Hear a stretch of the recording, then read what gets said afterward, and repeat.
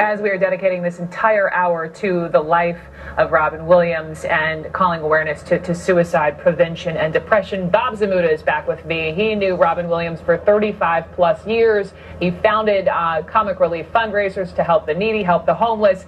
So Bob, where were we? You were about to tell me this story. You wrote for Andy Kaufman, right?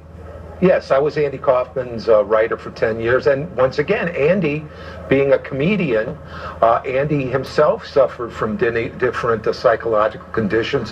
One, in Kaufman's case, was multiple personality disorder. Remember, he did that Tony Clifton character with that alter ego.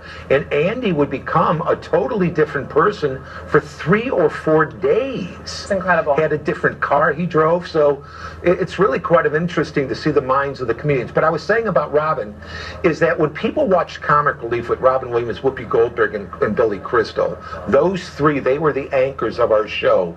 And not only would they put in time, days, even weeks, rehearsing the show, and then of course performing it live, mainly on HBO, but also in their off time, they would go to homeless shelters themselves. And I remember the first time we took Robin to a shelter in downtown LA, in Skid Row, a very scary shelter.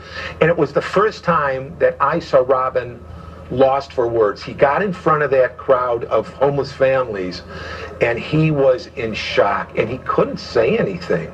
And afterwards, why is that, you think? He was just taken in by this mass of humanity, and he just, it shocked him. This was a very scary shelter. And we went back to the director's office and the director came on and said, Robin, we thought you were going to perform or something. He said, oh, it just seemed like not right to do. He said, no, no, no. These people need it more than anyone. Robin went back out, and he did about 20 minutes and killed. But he needed that approval of it. You know, another funny thing that happened on Comic Relief, because of Comic Relief, I got a call once, I think the producer's name was Gil Cates, and he used to produce the Emmys, the Academy Awards, and he saw Robin, Whoopi, and Billy on Comic Relief, and that's where he had the idea to use Billy and Whoopi to host the Academy Awards and Emmys, because he saw that they could do that hosting job. But at the same time, we saw, and everybody saw, you could never use Robin Williams for that job, because you wouldn't be able to give one award out. He was just bouncing up the ceiling all the. And if you watch the Comic Relief shows, at time, Whoopi actually gets behind him and puts her hand over his mouth. There was no stopping the guy. Great guy.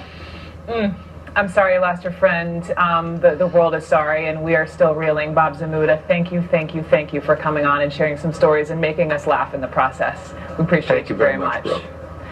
Coming up next here on CNN, Robin Williams' story you may never forget. The actor secretly flew himself to the home of a little girl who was dying of brain cancer. It was her last wish to meet Mrs. Doubtfire. That little girl's dad is about to join me live to talk about what happened next, including a chilling phone call Robin Williams received while visiting his daughter.